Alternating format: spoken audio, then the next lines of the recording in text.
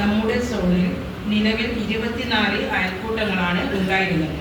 അതിൽ 4 അയൽക്കൂട്ടങ്ങൾ നിലച്ചതാണ്. 57, 85, 100, 102 ഇവയാണ് നിലച്ച അയൽക്കൂട്ടങ്ങൾ. ഒരു അയൽക്കൂട്ടം വർദ്ധിച്ചിട്ടുണ്ട്. അയൽക്കൂട്ടം 175 വർദ്ധിച്ച അയൽക്കൂട്ടം. ഇപ്പോൾ നിലവിൽ 21 അയൽക്കൂട്ടങ്ങളാണ് ഉള്ളത്. ശക്തിപ്പെടേണ്ട അയൽക്കൂട്ടങ്ങൾ 86, 124, 126 ഇവയാണ് ശക്തിപ്പെടേണ്ടത്. സൈദാർവള്ളി സോണിൽ ആകെ 317 അംഗങ്ങളാണ് ഉള്ളത്. കൂടുതൽ ഡിപ്പോസിറ്റ് ഉള്ള അയൽക്കൂട്ടങ്ങൾ. ഏറ്റവും കൂടുതൽ ഡിപ്പോസിറ്റ് ഉള്ള അയൽക്കൂട്ടം 144 ആണ് ഒന്നാം സ്ഥാനത്ത് നിൽക്കുന്നത്. അവരുടെ ഡിപ്പോസിറ്റ് തുക 9,27,894 രൂപയാണ്. രണ്ടാം സ്ഥാനത്ത് നിൽക്കുന്നത് അയൽക്കൂട്ടം 69. ഇവരുടെ ഡിപ്പോസിറ്റ് 6,76,075 ആണ്. മൂന്നാം സ്ഥാനത്ത് നിൽക്കുന്നത് അയൽക്കൂട്ടം 8 ആണ്. 6,21,782 രൂപയാണ് ഇവരുടെ ഡിപ്പോസിറ്റ്. നമ്മുടെ സോണിൽ നിന്ന് 161 പേരാണ് ലോൺ എടുത്തത്. ആകെ ലോൺ തുക 1,48,16,000. കൂടുതൽ ലോൺ എടുത്ത അയൽക്കൂട്ടങ്ങൾ 144, 22,70,75. അയൽക്കൂട്ടം 69, 17,75,000. അയൽക്കൂട്ടം 66, 13,70,000. ഇത്രയുമാണ് ലോണുമായി ബന്ധപ്പെട്ട വിവരങ്ങൾ. അടുത്തത് ബാലസഭ. ടോട്ടൽ 18 പേരാണ് ബാലസഭയിൽ അംഗങ്ങളായിട്ടുള്ളത്.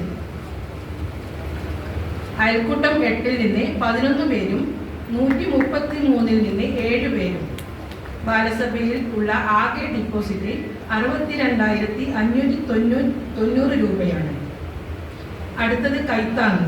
കൈത്താങ് ഫണ്ട് മുഴുവൻ അംഗങ്ങളും 90% അംഗങ്ങളും നൽകുന്ന അയൽക്കൂട്ടങ്ങൾ 8, 66, 51, 144.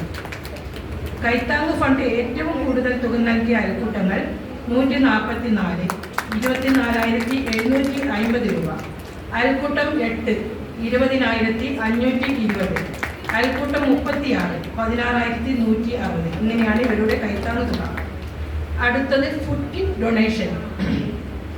ഫുഡ് കിറ്റ് ഡൊണേഷൻ നൽകിയത് 7 അയൽക്കൂട്ടങ്ങളാണ്. 66 മെമ്പേഴ്സാണ് നൽകിയത്. 22,300 രൂപയാണ് ഡൊണേഷൻ തുക.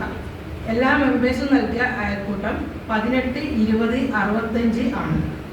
ഏറ്റവും കൂടുതൽ തുക നൽകിയ അയൽക്കൂട്ടം 8 ആണ്. അയൽക്കൂട്ടം 8ന്റെ ടോട്ടൽ തുക 8,900 ആണ്. റമദാൻ കിറ്റ് 6 അയൽക്കൂട്ടം മുഖേന 15 കിറ്റ് നൽകി. ഓണം കിറ്റ് അയൽക്കൂട്ടം 8 13 കിറ്റ് നൽകി. അടുത്തത് പഠനവേദി. പഠനവേദി സ്പോൺസർഷിപ്പ് ബിരിയാണി ചലഞ്ച്. നമ്മുടെ സോണിൽ 5 പഠനവേദിയാണ് ഉള്ളത്.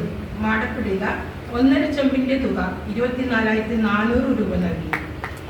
സേതാർവള്ളി 1 ചെമ്പിൻ്റെ തുക 16,000. വട്ടാമ്പ്രം 14,100. പിലാക്കൂൽ 7,000. ഗോപാൽപേട്ട 4,200. ഇങ്ങനെയാണ് സ്പോൺസർ ചെയ്തത്. ടോട്ടൽ എമൗണ്ട് 65,700 ആണ്. അടുത്തത് ബിരിയാണി സെയിൽസ്. 664 ബിരിയാണിയാണ് സൈദാർപള്ളി സോണിൽ നിന്നും സെയിൽ ചെയ്തത്. അതിൽ ഏറ്റവും കൂടുതൽ ബിരിയാണി സെയിൽ ചെയ്തത് അയൽക്കൂട്ടം 8 ആണ്. 314 ബിരിയാണിയാണ് സെയിൽ ചെയ്തത്. അതിന് പ്രത്യേക രൂപയ്ക്ക് അഭിനന്ദനം അത് കോർഡിനേറ്റ് ചെയ്തതിന്. സംഗമം കൾച്ചറൽ സ്പോർട്ട് ടീമിൻ്റെ നേതൃത്വത്തിൽ നന്മ വെൽഫെയർ സൊസൈറ്റിയുടെ ഓണം സൗഹൃദ സംഗമം ഇസ്ലാമിക് സെൻറ്ററിൽ വെച്ച് സെപ്റ്റംബർ 13 നടന്നു. സൈദാർപള്ളി സോണടക്കം 5 സോണിൽ നിന്നുള്ള പ്രവർത്തകരുടെ സാന്നിധ്യമുണ്ടായിരുന്ന സംഗമം സൗഹൃദവും ഐക്യവും പുതുക്കിക്കൊണ്ടുള്ള സമ്പന്നമായ അനുഭവമായി. മുതിർന്ന അയൽക്കൂട്ടം അംഗങ്ങൾക്ക് സ്നേഹോപഹാരം നൽകി.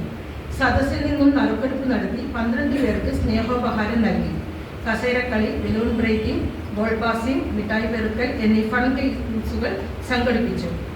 ഒക്ടോബർ മാസത്തെ പഠനവേദി പഠന വിനോദ യാത്രയായാണ് സംഘടിപ്പിച്ചത്. ഓരോ മേഖലയിലുമുള്ള പഠനവേദി പല സ്ഥലങ്ങളിൽ ഒത്തുകൂടി.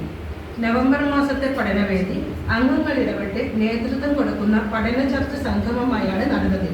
സ്ത്രീയും സംരംഭകത്വവും എന്ന വിഷയത്തെ ആസ്പദമാക്കിയാണ് ചർച്ച നടന്നത്.